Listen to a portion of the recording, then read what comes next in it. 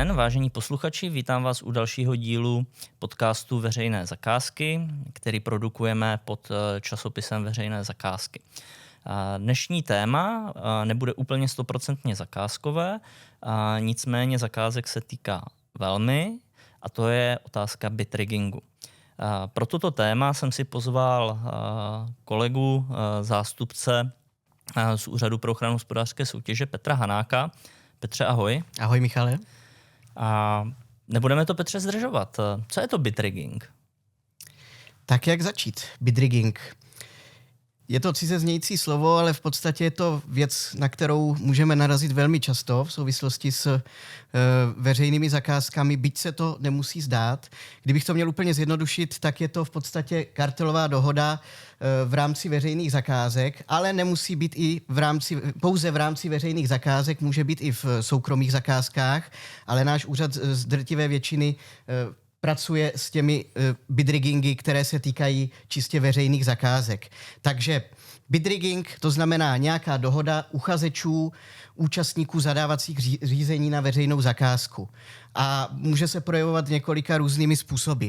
Ať už se domluví třeba jednoduše na ceně, to znamená, já podám tuto cenu, vy musíte podat vyšší, abych to já vyhrál, nějak si ji třeba konkrétně mohou i stanovit, anebo takzvaně třeba utlumí ty samotné nabídky, to znamená, že nabídky třeba vůbec nepodají ti ostatní uchazeči, podá to jenom někdo, a nebo nakonec tu svoji nabídku stáhnou. Dokonce jsme se setkali i s případy, kdy vítězný uchazeč, vítězný zájemce nakonec se rozhodl tu smlouvu nepodepsat, aby to svoje místo, to svoje vítězství přenechal někomu jinému, s kým byl domluvený v rámci toho zadávacího řízení. Rozumím.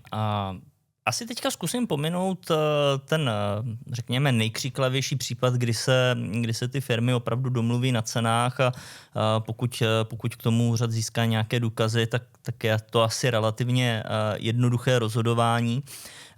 Ale pojďme se podívat na ty formy, které jsou z mého pohledu možná trošku nejasné, nebo respektive ta dělící hranice mezi tím, co je ještě korektní postup dodavatelů a nějaká soutěž, je právě otázka toho rozhodování podám, nepodám nabídku. Jo, protože rozumím tomu, pokud se firmy mezi sebou domluví, já podám nabídku tady, ty podáš jinde, tam je to asi relativně jednoduché, ale sám, protože se účastním veřejných zakázek, mnohdy vím, že dost zvažujeme, jestli podáme nabídku, nepodáme nabídku, případně jakým způsobem se budeme chovat v tom výběrovém řízení. A mnohdy to tedy může budit dojem, že Šilhánek podává nabídky na Prahu 1, Prahu 2, Prahu 3 a na 4, na 6 podávat nebude. Kde je ta dělící hranice toho, co ještě může být racionální úvaha toho dodavatele a kde už to může být nějaký kartel?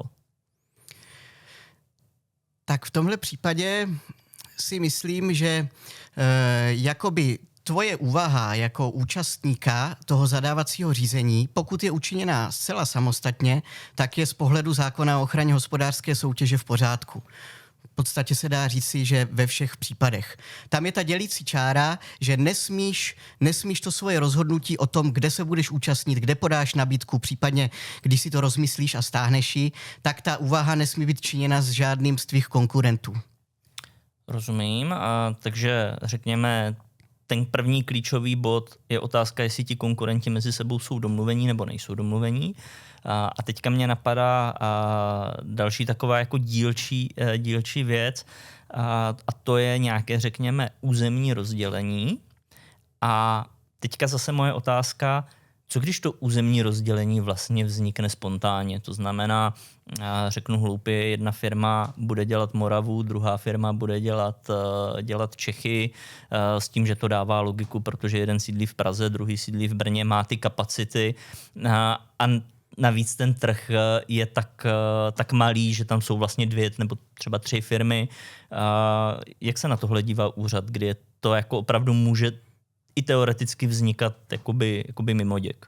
Mm-hmm. Úřad rozhodně nebude nikoho sankcionovat čistě na tom, že na první pohled na první dobrou vidíme, že tam k nějakému územnímu rozdělení mohlo dojít, třeba na ty Čechy a Moravu. Jak říkáš, může to být zcela z racionálních důvodů, z kapacitních důvodů, z důvodu nějaké obslužnosti, logistiky a podobně, takže prostě ty logicky jako racionálně hospodářský, ekonomicky uvažující podnikatel rozvažuješ, kde se budeš účastnit a kde nebudeš. My, když se na to podíváme jako úřad a uvidíme, ten má zájem o zakázky jenom na Moravě, to je nějaké zvláštní, když ten jeho konkurent zase vyhrává jenom Čechy, tak může to pro nás být v první úvaze jakoby nějakou indicí, že by tam něco mohlo být, že by tam mohlo k nějakému porušování zákona o ochraně hospodářské soutěže docházet, ale jako samotný fakt, že to máte takto rozdělené, rozhodně nikoho sankcionovat nebudeme, pokud nezjistíme, že je to na základě nějaké vaší vzájemné dohody, komunikace, že o tom víte, že to nějak spolu koordinujete a takto jste se domluvili. Děkuji. Jak bitrigging funguje v praxi? Jak to jakoby v principu probíhá? Předpokládám, že ze své rozhodovací praxe vidíte, jak ti dodavatelé fungují. Kde je ta typická rovina toho fungování? Tak tady ten nějaký modus operandi, ten se postupně vyvíjí i s rozvojem IT, s rozvojem komunikačních technologií, elektroniky, takže dřív se ty bitriggingy většinou domlouvaly klasicky po mailech, v e-mailové komunikaci. Dneska už nám ta nová doba dává mnohem víc možností, jak to zakrýt, jak to domluvit nějak tak, aby to nebylo odhalitelné, ale určitě vždycky platila taková ta stará klasika domluvit se někde takzvaně na golfu a nebo si zavolat, nebo nějak se někde jakoby setkat a tam si to domluvit osobně. Takhle to bylo vždycky, to si myslím, že asi nějak převažuje, ale je potom otázka, jak tady tyto typy dohod v podstatě neviditelné jakoby zvnějšku, jak na ně můžeme přijít, jak je můžeme jako úřad odhalit. Takže dá se říct, že s postupující dobou je to čím dál těžší, čím dál obtížnější zajistit ty důkazy, zjistit, že tam k nějaké dohodě došlo, objevit komunikaci a potom ji nějak následně kvalifikovat. Dá se to teď mnohem už odhalovat, je mnohem víc možností, jak to zakrýt, ale taková ta klasika, nějaká domluva někde bokem, kde nás nikdo nevidí, neslyší, to si myslím, že fungovalo asi vždycky a asi fungovat bude. Bohužel. Jasně. Pojďme se podívat teďka k té konkrétní otázce, respektive vracím se zpátky ke krycím nabídkám. Jak poznáte, že se jedná o krycí nabídku, nebo kde jsou ty znaky toho, že by to mohla být krycí nabídka? Kde by i zadavatel měl třeba, zadavatel veřejné zakázky měl zbystřit a říct si, hele, tohle už vypadá podezřele, budu se tím zabývat. To je dobrá otázka, děkuji za ní.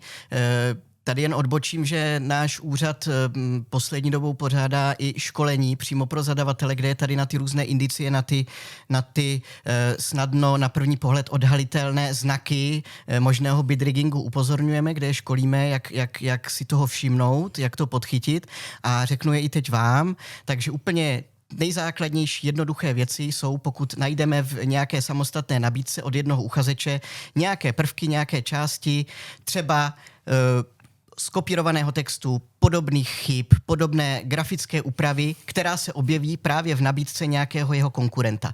Protože ty jako uchazeč nesmíš mít přístup k tomu, nesmíš vidět, jak vypadala ta nabídka toho tvého konkurenta. Pak, když se něco od konkurenta objeví v tvojí nabídce, tak úřad okamžitě zbystří a víme, že asi tam mohlo dojít k nějaké komunikaci, nějak si to přeposílali, že jsi dostal třeba notičky od konkurenta, takzvanou tu krycí nabídku, nebo jak se říká tady v oboru, takzvané křoví.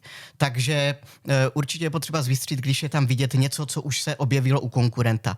Dalším třeba takovou zajímavou indicí může být i ten samotný způsob potom toho podání těch nabídek, když třeba ty jako zadavatel si všimneš, že všichni přišli v podstatě ve stejný čas.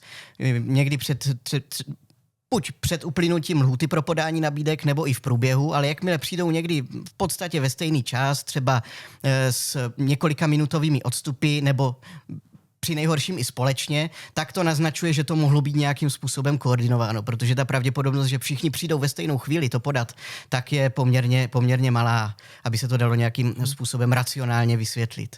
Tam samozřejmě asi je potřeba si v potaz to, že ano, dřív, když se nabídky podávaly fyzicky, ano. Tak jasně, pokud přišli 3 dodavatele po minutě po sobě, nebo řeknu blbě, nedej Bůh, jeden člověk donesl 3 nabídky, tak tam to bylo asi relativně, řekněme, ta indicie byla značná. Nicméně dneska se ty nabídky přece jenom podávají elektronicky, ale zeptám se, vlastně i to, že jsou třeba elektronicky podány v rozmezí 10 minut, je určitá indicie? Určitě taky. Tady jsem uvedl asi starší příklad ze starší praxe, ale ten princip je stejný. Pokud přijdou buď úplně ve stejnou dobu, nebo ve velmi podobnou, třeba v řádu minut, tak je to určitý indikátor toho, že tam mohlo k nějaké dohodě dojít. Takže i toho je potřeba si všímat. A co se týče položkových rozpočtů, indexace jednotlivých cen a podobně, jak k tomu přistupujete? Určitě, takzvané indexy, ty jsou velmi, velmi silnou indicií, když ta jednotková cena je vždy o nějaký násobek, třeba jiná, o nějaký stejný konkrétní násobek od té nabídky od konkurenta, tak to velmi jasně ukazuje, že tam mohlo dojít k nějaké komunikaci, byť to může být racionálně vysvětlitelné. Často se nám stává v praxi, že to soutěžitelé vysvětlují třeba s hodným subdodavatelem, že se tam pracovalo se stejnou nějakou původní cenou, třeba nějaké části toho rozpočtu, ale musí být schopen ten účastník zadávacího řízení to vysvětlit, opravdu takto nějak racionálně to doložit, jinak je to velmi silná indicie, že tam mohlo dojít k nějakému přeposlání rozpočtu, ze kterého následně ten druhý uchazeč tím indexem udělal tu svoji vlastní jakoby na oko samostatnou nezávislou nabídku. Já bych tady možná zdůraznil tu otázku těch poddodavatelů, protože i já ve své praxi se s tím vlastně setkávám. Řešili jsme nějaké místní šetření, kde to vlastně jako přesně skončilo tím, že opravdu všichni účastníci měli téměř shodné některé položkové ceny, respektive byly vynásobeny nějakým koeficientem a reálně se zjistilo, že to bylo vlastně všichni oslovili stejného poddodavatele, a nicméně poddodavatel se asi možná rozhodl, s tímhle chci dělat tu zakázku raději, tak mu dám cenu nižší, tady ti se mi nelíbí, tak jim dám nabídkovou cenu vyšší. Je to v pořádku? Tady v tento případ se domnívám, že z pohledu soutěžního práva v pořádku je, pokud ta úvaha toho poddodavatele nevznikla na základě nějaké širší dohody s těmi jednotlivými účastníky řízení. Pokud je to samostatná úvaha toho poddodavatele nezávislá na těch jednotlivých účastnících, jeho potenciálních obchodních partnerech, tak je to ze soutěžního práva v pořádku. Ale může docházet v praxi i k tomu, že ta dohoda je koordinována právě přes nějakého subdodavatele nebo přes třetí subjekt a to už je špatně. Rozumím. To znamená racionální úvaha poddodavatele, s tímto se mi dělá lépe, neuplatňuje po mně smluvní pokuty, platí mi faktury včas, dám mu nabídkovou cenu o trochu lepší než ostatním, které neznám, je vlastně racionální a měla by být v pořádku. Pokud Přesně tam tak. Samozřejmě nebudou další. Přesně tak. Pokud by za tím subdodavatelem přišel jeden z těch uchazečů a řekl, my jsme se dohodli, vyhraju to já, takže ostatním udělej horší cenu, tak to už je špatně. To už je bid rigging. Jasně. Takže je potřeba vlastně dávat pozory na ty poddodavatele. Ano. Jaké máme, řekněme, další red flags, co se týče bid riggingu, na co si má ten zadavatel dát pozor? Vlastně řešili jsme položkové ceny, řešili jsme podobné nabídky, graficky. Jsou ještě nějaké další znaky, které by měly vést zadavatele k tomu, aby zbystřil? Tak určitě zmíním takzvanou rotaci, kdy je potřeba v širším kontextu si všímat, jak a kde se účastní ti jednotliví soutěžitelé, takže se podíváme třeba na to, jak často vítězí a kde, jestli se tam potkávají třeba nějak nepřirozeně nebo nepřiměřeně často s nějakými konkrétními jinými soutěžiteli, to určitě může být jistý indikátor, určitá indicie, že by tam k něčemu mohlo docházet. Když se třeba takzvaně střídají, jednou vítězí jeden a potom vždycky jsou společně v tom tendru, vyhraje jeden a potom jsou společně v jiném a vyhraje ten druhý. A takhle se to třeba neustále střídá. Tak to je určitý indikátor také toho, že tam může být nějaký bid rigging. Samozřejmě, může to být racionálně vysvětlitelné, prostě náhodou nebo štěstím, nebo tím, že opravdu ty nabídky z čisté náhody tvoří tak, že jednou vyhraje jeden, po druhé vyhraje druhý. Může to tak být, ale pro nás je to určitě znamení možného bid riggingu, když tam nějak rotují, anebo když třeba si nestřídají to vítězství, ale vzájemně si potom následně někde subdodávají. Tak i to může naznačovat bid rigging úplně jednoduchého typu. Já to vyhraju, ale ty na tom tratit nebudeš, protože já si tě vezmu buď teď, anebo příště jako subdodavatele. Petře, v tomto kontextu mě napadá ještě jedna možná forma kartelu, bid riggingu, ale možná mě spíš řekni ty, jestli v tomto bid riggingové chování vidíš či nikoli. Dám konkrétní příklad, klidně to vztáhnu na sebe teoreticky, a budeme chystat nabídku na nějaké právní služby pro veřejného zadavatele a začnu přemýšlet nad tím, protože samozřejmě ten trh nějakým způsobem znám a vím, že v určitých oblastech je nás třeba, řeknu, 10-15 relevantních advokátních kanceláří, které jsou schopny plnit tu veřejnou zakázku. Je za tebe v pořádku, nebo naopak, když já si řeknu fajn, tak aby ta šance zvítězit byla vyšší, tak já se cíleně domluvím třeba s dalšími třemi advokátními kancelářemi a utvoříme sdružení. Přiznané sdružení. Nebude to krycí nabídka, nebude to nějaká rotace, nic takového, ale utvoříme sdružení. A ta primární úvaha je, nějak si práci rozdělíme, nicméně primární úvaha je trošku zvýšit šance na to uspět v tom zadávacím řízení.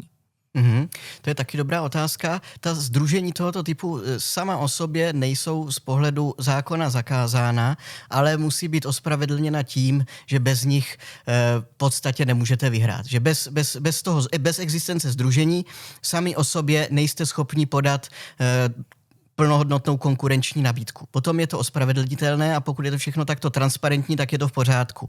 Ale pokud bys to udělal čistě účelově, jenom za zvýšením šance, za zvýšením možnosti to vyhrát, ale sám bys byl schopen kapacitně, odbornostně a tak dále tu nabídku podat, dostatečně konkurenční na to, aby mohla sama o sobě zvítězit, tak potom tady tato možnost takovýchto sdružení není přípustná z pohledu zákona a jedná se tam v podstatě o určité obcházení férové a čisté soutěže v tom daném zadávacím řízení. Rozumím tomu mechanismu za situace, kdy sám nesplňuju kvalifikaci nebo nějaké zadávací podmínky, tak tam to spojování, ať už ve sdružení nebo subdodavatelsky dává smysl, je to vlastně jediná cesta, jak se k té veřejné zakázce dostat.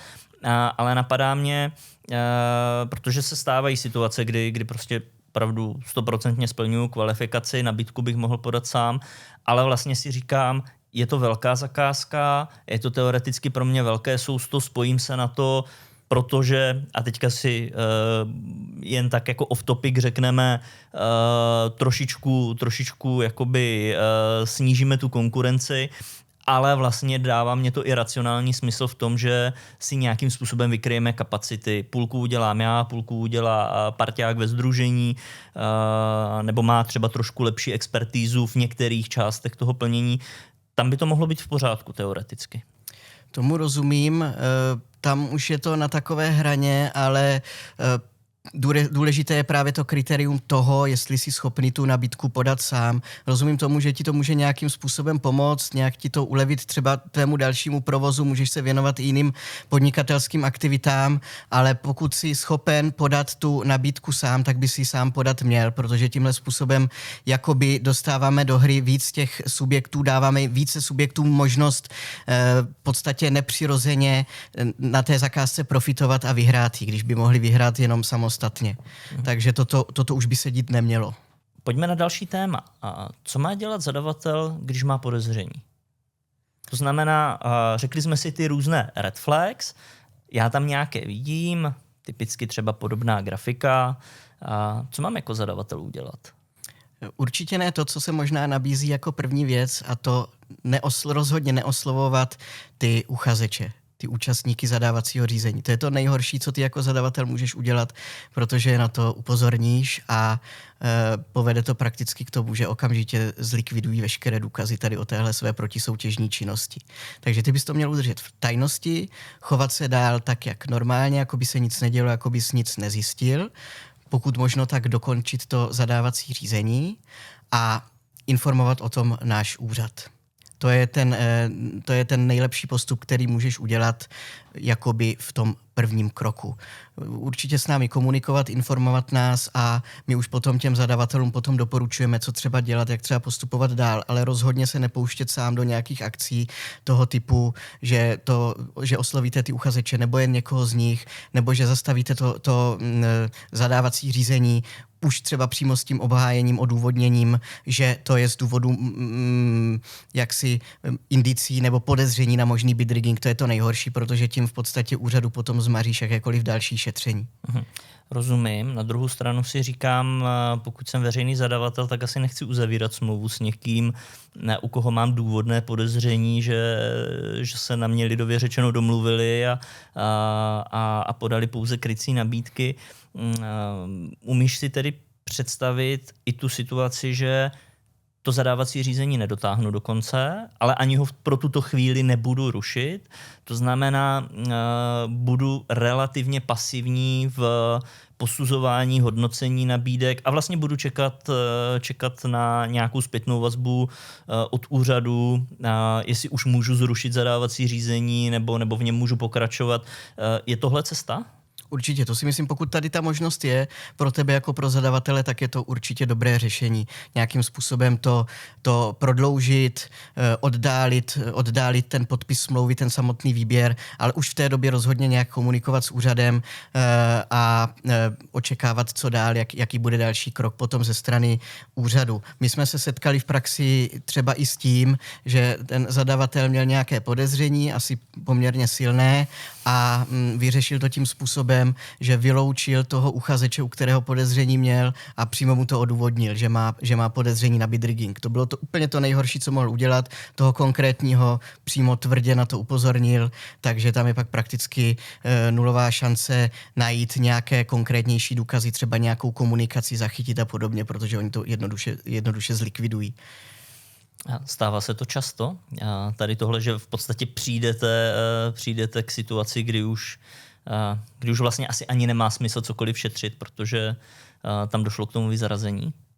Naštěstí se to nestává příliš často, ale ty případy jsou a právě z toho důvodu my velmi, velmi podporujeme osvětu třeba i tady tohoto typu, tohoto podcastu, tak aby ti zadavatelé věděli, že tento přístup, byť by se mohl nabízet jako dobrý, v podstatě, že jim tímhle jakoby zarazíte tu dohodu už v počátku, že na to upozorníte, jakoby se od toho i distancujete veřejně, ale bohužel se tím zmaří to případné další šetření, takže rozhodně neprozrazovat, nekomunikovat v tomto ohledu s těmi účastníky, aby mohli pojmout nějaké podezření, že tam třeba něco tušíte, ale co nejrychleji komunikovat s úřadem, který potom tomu zadavateli řekne, jak postupovat dál a případně naplánuje nějaké další šetření té věci. Petře, ty jsi zmínil podněty ze strany zadavatelů v rámci šetření bid riggingu. Nicméně zeptám se ještě komplexněji, jaké jsou mechanismy a jak odhalujete ty bid riggingové dohody? Rozumím podněty a máte nějaké vlastní aktivní šetření nebo jakým způsobem k tomu přistupujete? Určitě my jednak řešíme podněty které k nám přichází zvenku, a pak také takzvané podněty z vlastní činnosti, kdy právě třeba dlouhodobě sledujeme různé oblasti, různé trhy a snažíme se tam sami ty indicie spatřovat. Díváme se na účasti podezřelých soutěžitelů, jestli někde rotují, jak si subdodávají podobně, případně si vyžádáváme různé nabídky do zadávacích řízení, které se nám zdají podezřelé, a takhle sledujeme celou řadu oblastí, a když sami máme takzvaně nabito a získáme dostatečně silné podezření na to, že tam mohlo k nějakému porušení zákona dojít bidriggingem, tak potom provádíme šetření přímo z naší vlastní iniciativy, ať už nějakou inspekcí, takzvaným downraidem, a nebo nějakým jiným způsobem, ale určitě je to velká část naší činnosti tímhle způsobem se snažit odhalovat, monitorovat, zjišťovat situaci a případně zakročit i bez nějakých podnětů zvnějšku. Zmínil jsi downraid, jinými slovy bychom to asi česky mohli nazvat místní šetření, které není úplně ohlášeno. Jak to v praxi funguje? Funguje to tak, že se na to připravíme, vytipujeme si, kam se pojede, kam je to účelné, kde je největší pravděpodobnost, že nějaké důkazy můžeme zajistit. I z kapacitních důvodů promyslíme, jak to šetření bude probíhat, a potom tam právě ve smyslu toho názvu downraid jakoby nějaké přepadení za úsvitu neohlášeně vtrhneme, laicky řečeno, a začneme zajišťovat důkazy, které tam jsou dostupné, takzvané obchodní záznamy. Úřad ze zákona má pravomoc zajišťovat v sídlech soutěžitelů obchodní záznamy, a ti šetření soutěžitelé naopak musí poskytnout úřadu veškerou potřebnou součinnost. Takže pokud to mám ještě trochu více přiblížit, tak potom, když jsme na tom místě při tom šetření, tak se snažíme zejména získat doklady nějaké komunikace, nějaké uzavřené existující dohody. Teď se bavíme konkrétně o bidriggingu, takže dohody týkající se účasti a případného vítězství ve veřejných zakázkách. Rozumím. A pak si myslím, že takovým relativně častým institutem, respektive postupem, procesem, který nabývá na významu, jsou programy Leniency. Osvětlíš nám, jak to v praxi funguje? To je také dobrý dotaz, protože program Leniency je velmi užitečným a silným nástrojem pro boj se zakázanými dohodami. V podstatě to funguje tak, že ty jako soutěžitel, který se účastní nějaké zakázané dohody, uzavřel třeba nějakou dohodu typu bidrigging a chceš využít tento institut leniency, zhovívavosti, tak začneš spolupracovat s úřadem, v podstatě se to dá částečně přirovnat k nějakému institutu spolupracujícího obviněného, ty úřadu sdělíš, co víš, předáš mu nějaké informace a velmi záleží na tom, v jaké jsou kvalitě a jaké je to množství, jestli úřad potom na základě těch tvých podkladů, které mu předáš, tak jestli je schopen třeba uskutečnit místní šetření nebo zahájit už přímo správní řízení a podle toho se potom odvíjí to, jakou ty za tady tuto svoji aktivitu, že si něco sdělil úřadu, jakou ty potom dostaneš slevu na sankci, případně jestli ti bude odpuštěna pokuta úplně celá. Nicméně předpokládám, že předtím, než se do toho Leniency programu přihlásím, přijdu za úřadem a že bych tímto způsobem chtěl spolupracovat, tak jestli tomu rozumím správně, žádnou jistotu, že dostanu v uvozovkách slevu na pokutě nemám, nebo? Ano, jistota tam bohužel není nikdy. Jisté jsou pouze daně a smrt, jak se říká. Takže ty jako soutěžitel, který má zájem to Leniency využít, tak bys měl začít komunikovat s úřadem. Stačí i neformálně, provádíme i takzvané předkonzultace, kdy si právě můžeš zkusit ověřit, zjistit, jak na tom si, jak v tom tvém případě by potom s těmi podklady, které úřadu předáš, mohlo být postupováno dále, jestli to má význam nebo nemá. Takže je tady určitě důležitá komunikace s úřadem, nějaké jednání, nějaká konzultace, ta možnost tady je, i zcela neoficiálně, ještě před spuštěním nějakých přímo oficiálních procedur týkajících se toho leniency. Úřad má vypracován poměrně podrobný dokument oznámení o lenienci, je to na stránkách úřadu, takže s tím je vhodné se předem seznámit, případně to prokonzultovat se svým advokátem, anebo se rovnou obrátit na úřad. My jsme tomu velmi otevření, velmi to podporujeme, protože nám to do velké míry pomáhá, usnadňuje potom to následné řešení té protisoutěžní situace, která tam vznikla. Dobře, pojďme se podívat trošku do budoucnosti. Jaké jsou, řekněme, jaká je ta budoucnost boje proti bitriggingu? A mě v tomto kontextu napadá jako významné téma umělá inteligence. Pracujete s umělou inteligencí? Právě bych řekl třeba při analýze položkových rozpočtů a podobné věci? Mm-hmm. Umělá inteligence rozhodně pomáhá právě v nalézání těch indicí, které jsme si tady před chvílí probrali. Dřív jsme to museli všechno dělat jakoby lidsky velmi, velmi složitě, projíždět velké množství údajů, hledat to tam často brzy unavenýma očima z téhle náročné práce, ale ta umělá inteligence nám to dokáže usnadnit. Můžeme ji naučit rozpoznávat ty indikátory, ty indicie a to, co dřív byla složitá a často dlouhodobá práce pro čistě lidský faktor na úřadě, tak může být teď velmi zrychleno, velmi zjednodušeno, když to za nás udělá umělá inteligence. Samozřejmě není to všespasitelné, důležitý je ten člověk, který to nakonec vyhodnotí, všechny ty údaje nebo ty poznatky, které AI zhromáždí nebo co vytipuje, ten člověk je tam vždycky nakonec nezbytný, ale tu drobnou mravenčí práci, kterou jsme často dlouho a obtížně dělali dřív sami, tak nám teď to AI může dost usnadnit a myslím si, že ten trend bude i postupující, narůstající do budoucna, takže ta práce v tomhle ohledu pro nás bude jednodušší, ale na druhou stranu to AI je dobrý sluha, ale zlý pán, takže obávám se, že může pomoct i těm kartelistům v nějakém způsobu, jak ten bitrigging provádět. Bojím se, že je to jakoby dvousečná zbraň, ale rozhodně se tomu nebráníme, jsme otevření umělé inteligenci a kde nám to pomůže, tak ji rádi využijeme. Ono ostatně říká se, že neřádi jsou vždycky o krok vepředu v invenci a vymýšlení způsobů. Takže souhlasím s tím, že umělá inteligence určitě může být dobrým sluhou, zlým pánem ve smyslu, jak to říkáš, ale vlastně i zlým pánem ve smyslu interním, že se asi není úplně dobré spoléhat jenom na to, co mě vyplivne umělá inteligence a je potřeba na to nahlížet kritickým okem.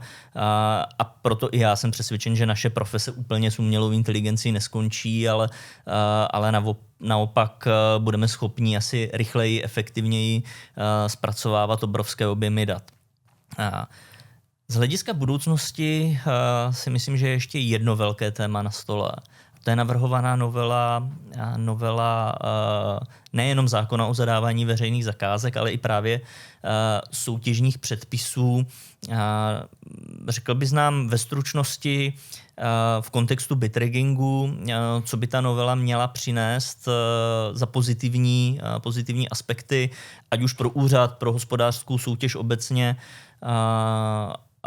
ve vztahu k celé společnosti? Mm-hmm. Myslím si, že ve vztahu k tomu bitriggingu jako takovému bude prvkem, který by mohl tak říkajíc trochu změnit pravidla hry, to, že nově podle návrhu té novely zákona o ochraně hospodářské soutěže budou sankcionovatelní za zakázané dohody, tedy i za bitrigging přímo fyzické osoby, zaměstnanci těch soutěžitelů, což nyní nelze.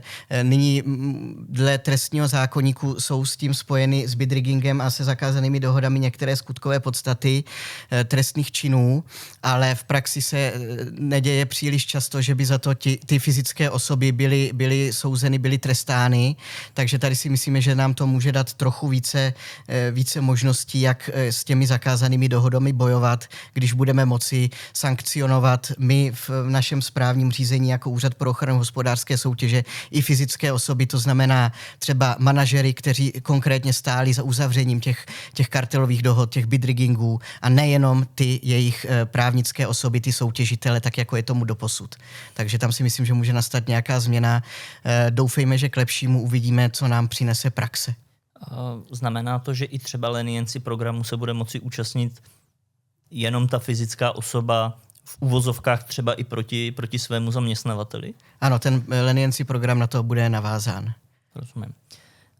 Petře, já jsem vyčerpal veškeré svoje otázky. Moc ti děkuji, že jsi přijal pozvání do našeho podcastu a věřím, že se třeba po novele potkáme za čas znovu a třeba probereme nějakou judikaturu ve vztahu k bitriggingu. Děkuji. Já děkuji, Michale, za možnost tady promluvit a doufám, že to bylo pro všechny přínosné a že třeba my jako úřad z toho vytěžíme o něco více podnětů ze strany zadavatelů veřejných zakázek. A nakonec a v neposlední řadě děkuji i vám, posluchači, že posloucháte náš podcast a budu rád, když jej doporučíte i svým kolegům. Naschledanou.